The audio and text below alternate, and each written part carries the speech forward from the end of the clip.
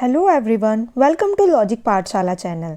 आज हम करेंगे ज्योग्राफी एग्रीकल्चर का पार्ट नंबर 3। इससे पहले इसके 2 पार्ट आ चुके हैं जिसका लिंक आपको डिस्क्रिप्शन बॉक्स में मिल जाएगा और इस लेक्चर की पीडीएफ आपको टेलीग्राम में मिल जाएगी और उसका लिंक भी आपको डिस्क्रिप्शन बॉक्स में मिल जाएगा। जो हम क्वेश्चंस डिस्कस करने जा रहे हैं ये आपके सभी एग्जाम्स के लिए क्वेश्चंस हेल्पफुल रहेंगे। So let's begin the session. Question number 1. Which of the following state is the largest wheat producing state in India? आपके पास 4 ऑप्शंस हैं, आप इन्हें एक बार देख लीजिए। आपकी जो व्हीट है ये सबसे ज़्यादा कहाँ प्रोड्यूस की जाती है? Option number B, that is Uttar Pradesh. Uttar Pradesh के बाद अगर हम करें बात तो जैसे आपकी पंजाब में, हरियाणा में, राजस्थान में, यहाँ भी ये व्हीट प्रोड्यूस की जाती है। वर्ल्ड में देखा जाए तो सबसे फर्स्ट पे है चाइना व्हीट प्रोड्यूसिंग में, उसके बाद है आपका इंडिया। कितने आपको इसमें रेनफॉल चाहिए? इसमें चाहिए आपको 75 to 100 सेंटीमीटर रेनफॉल चाहिए और इसमें जो आपको टेम्परेचर चाहिए वह चाहिए सो करने के लिए, मतलब इसे उगाने के लिए आपको चाहिए 10 to 15 degree Celsius. Harvesting time आपको चाहिए इसका टेम्परेचर कितना, जब हम फसल की कटाई करते हैं, 21 to 26 डिग्री सेल्सियस। और कौन सी सॉइल होनी चाहिए इसके लिए? इसके लिए है आपकी लोमी क्लेई सॉइल। ठीक है। कहाँ पे है आपका यूपी? ये है आपका यूपी। यूपी की कैपिटल है आपकी Lucknow. Now moving to question number 2, which is the main competitor of India in jute production? Jute उत्पादन में भारत का प्रमुख प्रतियोगी कौन है? कौन है? जैसे कि मैंने आपको लास्ट लेक्चर्स में भी बताया था कि वर्ल्ड वाइड देखें तो सबसे ज़्यादा जो जूट है ये कहाँ प्रोड्यूस की जाती है? ये आपकी की जाती है बांग्लादेश में। Option B is correct answer. अगर हम इंडिया की बात करें तो सबसे ज़्यादा आपकी प्रोड्यूस होती है वेस्ट बंगाल में। आप मुझे कमेंट बॉक्स में यह बताएंगे कि जूट के लिए कौन सी रेवोल्यूशन लाई गई थी। क्वेश्चन नंबर 3 इज तारपीन का तेल किससे प्राप्त होता है? जो आपका ये तारपीन का तेल है ये किससे ऑब्टेन होता है? आपके पास 4 ऑप्शंस है, आप इन्हें एक बार देख लीजिए। इसका करेक्ट आंसर रहेगा option number B, that is pine tree.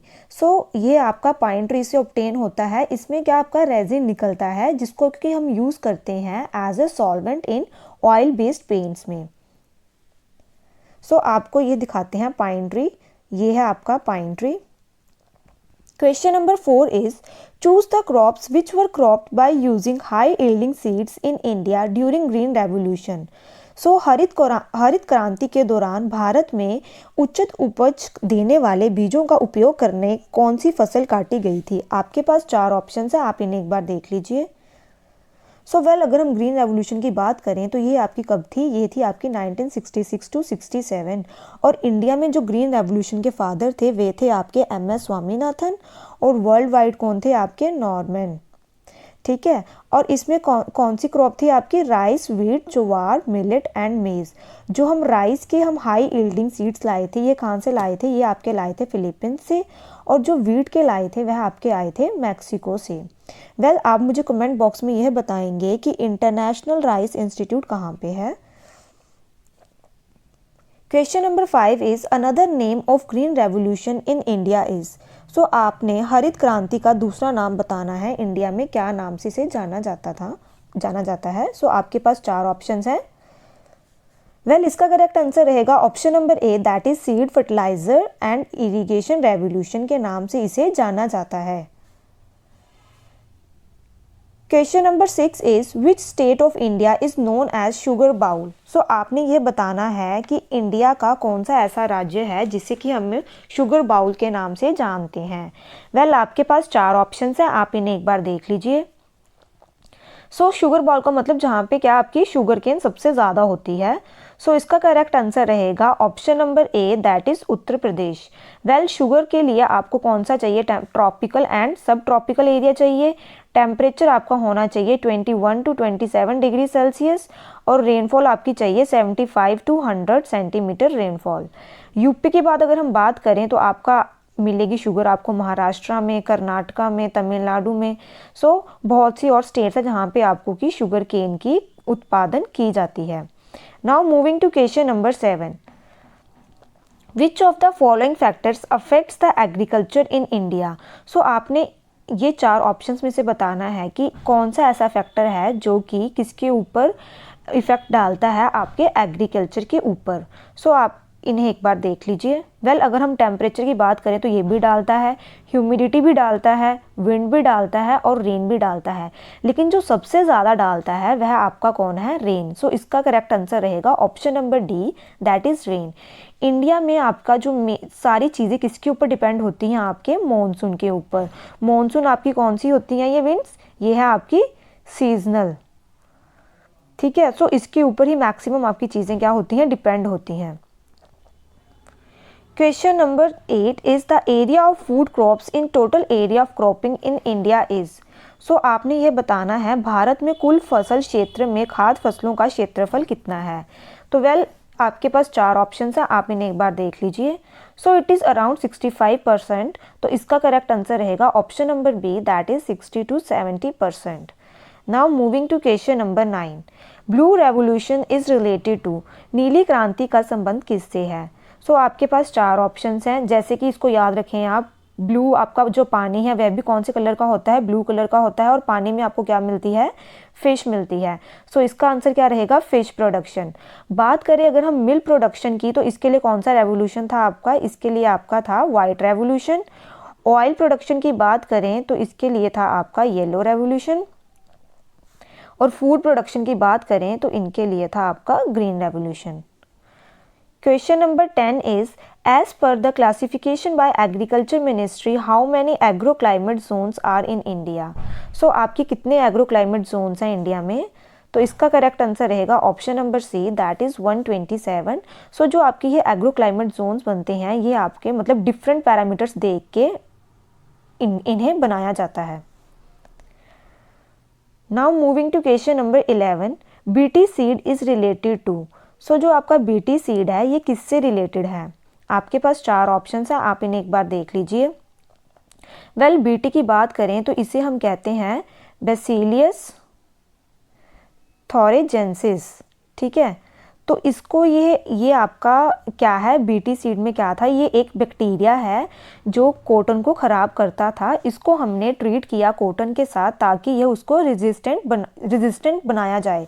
तो यह आपका आंसर रहेगा बीटी कॉटन, ठीक है। Question number 12 is, the black soil is related to which of the following. So जो आपकी काली मिट्टी है ये किससे रिलेटेड है? ये क्वेश्चन हम बहुत बार डिस्कस कर चुके हैं। तो इसका करेक्ट आंसर रहेगा option number A, that is cotton. Well, जो आपकी ब्लैक सॉइल है इसे और किस नाम से जाना जाता है? इसे आप कहते हैं, ये भी पूछा जाता है अक्सर में। सो इसका एक नाम है रेगुड सॉइल। और जो आपकी ब्लैक सॉइल है ये कहाँ पे आपको ज़्यादा, इसकी जो कॉटन की आपकी होती है ये कहाँ पे होती है? आपकी डेक्कन प्लेट्यू में। और कहाँ कहाँ पे मिलती है आपको ब्लैक सॉइल? गुजरात हो गया, महाराष्ट्र हो गया, मध्य प्रदेश हो गया, तेलंगाना हो गया। तो इन एरियाज़ में आपको क्या देखने को मिलेगी? Black soil. और इसका जो ब्लैक सॉइल का ओरिजिन कहाँ से है आपका? ये वोल्केनिक ओरिजिन है इसका। Now moving to question number 13। Grey soil like the ash of pine forest is also known as. So इसको और किस नाम से जाना जाता है? इसको और हम बोलते हैं पोडजोल। जो आपकी पोडजोल है इसे और हम क्या कहते हैं? इसे और हम कहते हैं लेसिव सॉइल। और जो ये कहाँ पे मिलती है आपको? ये माउंटेनियस रीजन पे मिलती है। और इसका एक ये फैक्टर है कि ये क्या है इसका करेक्टरिस्टिक, कि ये मॉडरेट लीचिंग भी करती है। और इनका क्या है? Ash grey in colour. Question number 14 is, why is crop rotation necessary. So ये क्यों है आपके लिए ज़रूरी क्रॉप रोटेशन? ये हमने कल भी डिस्कस किया था। आपके पास 4 ऑप्शंस हैं, आप इन्हें एक बार देख लीजिए।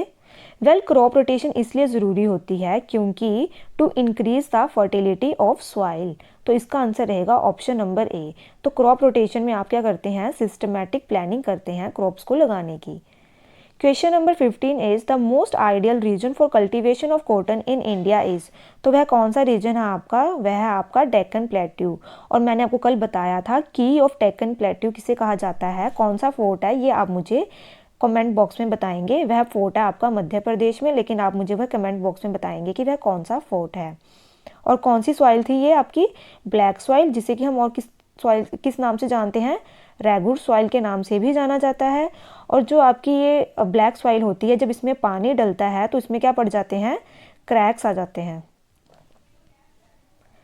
Now moving to question number 16, consider the following crops, और आपने ये बताना है कि इन क्रॉप्स में से कौन सी क्रॉप्स हैं जो कि खारिफ क्रॉप्स हैं। सो आपके पास ये ऑप्शंस हैं, आप इन्हें एक बार देख लीजिए। इसे याद रखने का एक ट्रिक लीजिए आप, जो बामास रामू चला गया, ठीक है, इसे आप याद रखना, इससे आपको याद रहेंगी कि कौन कौन सी हैं इसमें आपकी फसलें। जो से आपकी आ जाएगी ज्वार, ठीक है, BA से आपकी आ जाएगी बाजरा, MA से आ जाएगी आपकी मेज़, S से आ जाएगी आपकी शुगर केन, R से आपकी आ जाएगी राइस, A से आपकी होगी अरहर, M से आपकी होगी मूंग,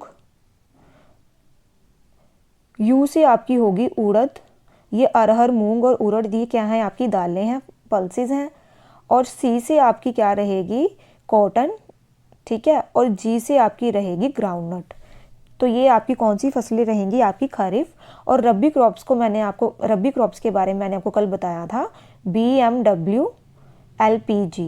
B से आपका था बारले, जिसे हम क्या कहते हैं जौ, M से था आपका मस्टर्ड, W से था आपका वीट, L से था आपका लिनसीड जिसे कि हम क्या कहते हैं अलसी, P से था आपका मटर, और G से क्या था आपका ग्राम मतलब चना। इसे आप याद रखना। तो आपका इसका करेक्ट आंसर क्या रहेगा, खारिफ में हमने कौन कौन सी देखी, कॉटन देखा, ग्राउंडनट देखी और राइस देखी। तो 1 2 3 option C is correct answer. Question number 17 is which of the following are the characteristic of organic farming. आप यह बताएंगे कि कौन सी हैं, इसमें से कौन से करेक्टरिस्टिक्स हैं ऑर्गेनिक फार्मिंग के। तो अगर हम डिस्कस करें फर्स्ट को, तो use of chemical fertilisers to improve soil fertility, यह नहीं है, हम इसमें कोई केमिकल फर्टिलाइजर यूज़ नहीं करते। फ्रीक्वेंट डिकम्पोजिंग एंड फैलोइंग, ये बिल्कुल ठीक है आपका, ऑर्गेनिक फार्मिंग में हम ये काम करते हैं। Use of herbs to control pest, बिल्कुल ठीक, हम जड़ी बूटियों का इस्तेमाल करते हैं किससे बचाने के लिए, फसल को कीटों से बचाने के लिए। हायर प्रोडक्टिविटी पर हेक्टेयर, तो ये आपका गलत है। इसका करेक्ट आंसर रहेगा ऑप्शन नंबर 2 एंड 3। आपकी जो फर्स्ट ऑर्गेनिक स्टेट थी वह कौन सी थी आपकी, वह थी आपकी सिक्किम।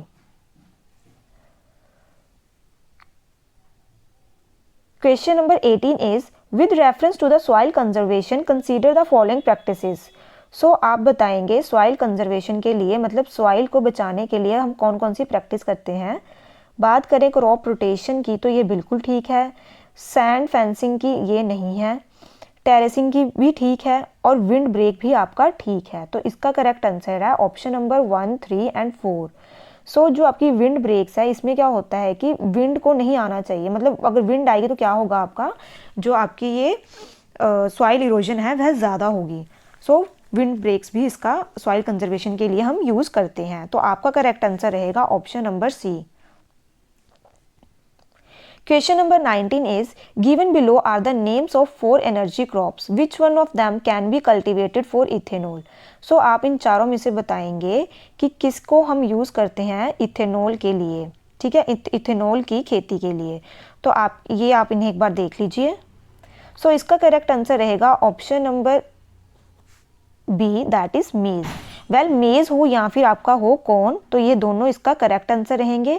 इसके लिए आपको टेम्परेचर चाहिए 21 से 27 डिग्री सेल्सियस, हाई रेनफॉल चाहिए आपको, और जो इसकी आपकी होगी खेती कौन सी, ओल्ड एलुवियल सॉइल पे, ठीक है। और ये आपको कहाँ कहाँ मिलता है, मेज आपको मिलता है कर्नाटका में, मध्य प्रदेश में, तमिलनाडु में, महाराष्ट्र में।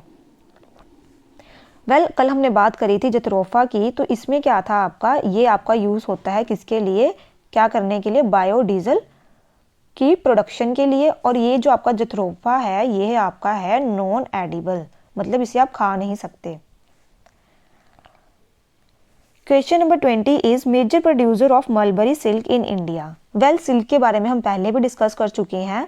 तो आप मुझे कमेंट बॉक्स में बताएंगे कि हमारे इंडिया में कौन कौन सी तरह की मेन जो सिल्क है वह पाई जाती है। अगर हम वर्ल्ड वाइड देखें तो सिल्क की प्रोडक्शन सबसे ज़्यादा आपकी होती है चाइना में, सेकंड पे है आपका इंडिया, और जो मलबरी सिल्क है ये सबसे ज़्यादा कहाँ मिलती है आपको, कर्नाटक में। तो इसका करेक्ट आंसर रहेगा option number A, that is Karnataka. Now moving to question number, so या कहाँ पे आपका कर्नाटक, ये है आपका Karnataka. Now moving to question number 21, sorry it's 22। What one of the which one of the following is categorized as millet? सो इसमें से आपने बताना है कि बाजरा के रूप में किसे कैटेगराइज किया गया है। तो आपके पास 4 ऑप्शंस है, आप इन्हें एक बार देख लीजिए। सो इसका करेक्ट आंसर रहेगा option number C, that is sorghum. Well अगर हम बात करें वीट, तो ये आपकी कौन सी क्रॉप है, ये आपकी क्रॉप है रबी क्रॉप है। राइस खारिफ क्रॉप है, सोरगम भी खारिफ क्रॉप है और मेज़ भी आपकी खारिफ क्रॉप है। वेल जो आपके ये मिलेट्स हैं, इसमें जैसे आपके मेन जो मिलेट्स आते हैं कौन कौन से आते हैं, मैंने आपको फर्स्ट लेक्चर में भी ये बताया था। जैसे कि आपका हो गया ज्वार, बाजरा, रागी। बाजरा को हम क्या कहते हैं, पर्ल मिलेट। रागी को क्या कहा जाता है, फिंगर मिलेट। सो इनके बारे में मैंने आपको फर्स्ट लेक्चर में भी इनका बताया था कि किसे क्या कहा जाता है।